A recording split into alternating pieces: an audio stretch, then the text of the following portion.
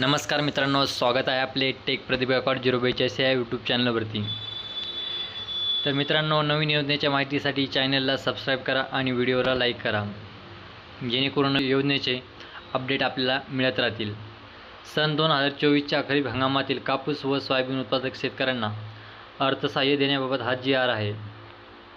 या घोषणेच्या अनुषंगाने राज्यातील सन 2023च्या खरीप हंगामातील कापूस व सोयाबीन उत्पादक शेतकऱ्यांना 0.2 हेक्टरपेक्षा कमी क्षेत्रासाठी सरसकट 1000 रुपये, तर 0.2 हेक्टरपेक्षा जास्त क्षेत्रासाठी त्यांच्या क्षेत्रानुसार प्रति हेक्टर रुपये 5000, 2 हेक्टरच्या मर्यादेत अर्थसहाय्य देण्यासाठी प्रस्तावास माननीय मंत्रिमंडळाच्या दिनांक 11 जुलै 2024च्या बैठकीत मान्यता देण्यात आलेली आहे।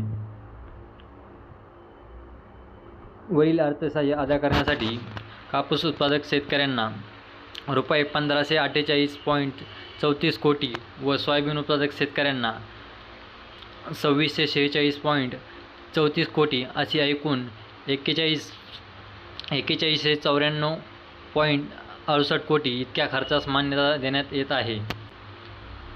सदर योजनेचा लाभ घेण्यासाठी कापूस व सोयाबीन उत्पादक शेतकऱ्यांनी ई-पीक पाहणी पोर्टलवर नोंद असलेल्या क्षेत्रानुसार व त्याच प्रमाणात परिगणना करून अर्ज राहील।